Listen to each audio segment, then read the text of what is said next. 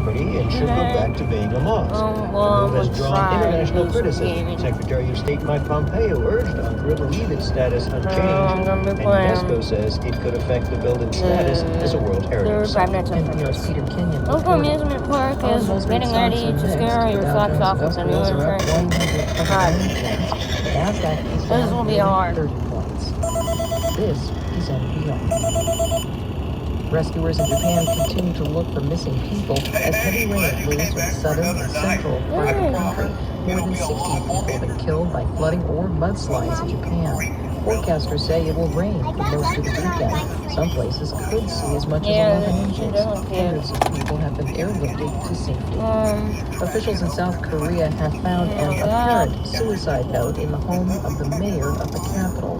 NPR's Anthony Kuhn reports from Seoul the missing mayor was found dead. No, I just started. I'm so sorry to my family, whom I've caused only pain. Mayor Park Won-soon wrote in a letter left on his desk, That's the audio. by the city government with his family's permission. The letter made no mention of the sexual harassment complaint filed by his secretary, reported by local media Thursday. Police said they were investigating the complaint, but in South Korea, investigations are commonly dropped if the person in It just makes question it hard to dies. see. Police told reporters that the cause of Park's death remains under investigation, I'm trying to make a but there's no video evidence of homicide. about gaming Park night. Won-soon is a noted human rights lawyer, presidential hopeful, and advocate for women's rights. The light of the sun. Seoul. Iranian state TV reported an explosion today near the capital, Tehran, and a power outage briefly, but the local governor has contradicted that report. There have been multiple explosions around Iranian military facilities in the past several days.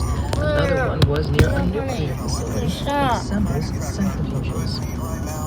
I'm just trying to make gaming videos over here. Support for NPR comes from NPR stations. Other contributors include Capital One, offering a variety of credit card options with features for a range of customers, from foodies to travelers. Capital One, what's in your wallet? Credit approval required. Capital One Bank, USA, NA. It's Amy Schumer, as you've never seen. Oh my god! Are you gonna laugh? I'm puking every day. You better not.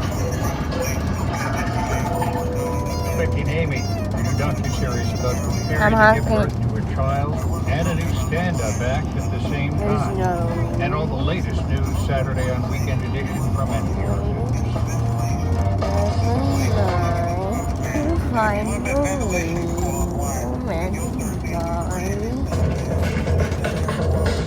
From NPR and WVUR Boston, I'm Anthony Brooks, and this is On Point.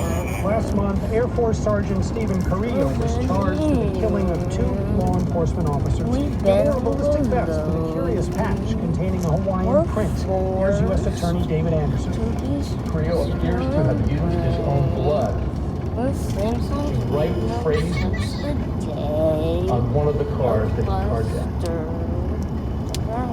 The complaint alleges that the patch and the phrases written by Carrillo are associated with the so-called Boogaloo movement. The Boogaloo movement, or the Boogaloo Boys, began online. They're heavily armed. They wear Hawaiian shirts. The movement is loosely formed, but it's avowedly anti-government, libertarian, and many members support white power. Law enforcement officials say it's linked to numerous acts of violence. Here are a few more. In March, FBI agents shot and killed a man in Kansas City who was allegedly plotting to bomb a hospital. In April, police arrested an Arkansas man for threatening to kill police in a Facebook Live video. And in May, police arrested 3 Las Vegas men carrying Molotov cocktails to a Black Lives Matter protest. All of them had ties to the Boogaloo movement. This hour On Point, the origins and the goals of the movement. Cassie Miller joins us. She's a senior research analyst for the Southern Poverty Law Center. It's a civil rights organization based in Montgomery, Alabama. You can link to her reporting at our website, onpointradio.org. Cassie Miller, welcome to On Point. Thank you for joining us. Hi, Anthony. Thank you so much for having me. This is a troubling story about which I'm just learning a lot.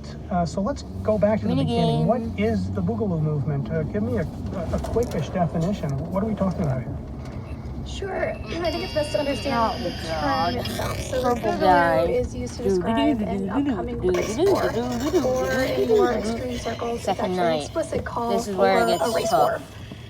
So members of the Boogaloo movement don't necessarily have a Yeah, really see. cohesive ideology that brings them all together. They kind of run the gamut of the far right. So many of them are libertarians who are really steeped in gun culture. Others are white supremacists and overtly racist. So there is a lot of ideological variation among the members of this movement. But the thing that unites them is their belief that the government has overstepped its bounds, and that the only way to push back against, this perceived tyranny is through a second civil war. And that is something that many in this movement are actively preparing for by arming themselves, and it's something that they actually believe is inevitable. So, the society that they want to achieve through this civil war varies. Some want an ultra-libertarian society, and others want a white ethno-state. But at their core, this is a really violence-oriented movement that is advocating for armed insurrection against the state.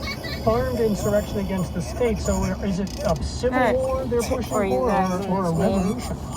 Always I guess you could say it's either press one. the They want a audio civil war, and they want to when it's fundamentally ready. change Because if you don't, Springtrap will beat So you. the outcome, though, isn't the same for all of them. Some of them don't necessarily have a very clear vision for the future.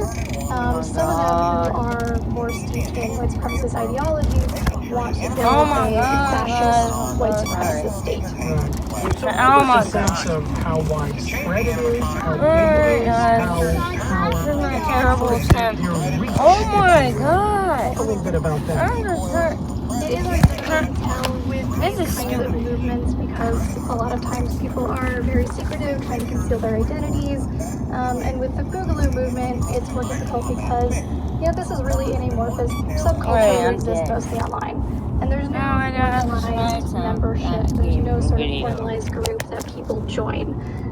But in terms of this kind of right-wing movement, it is a pretty large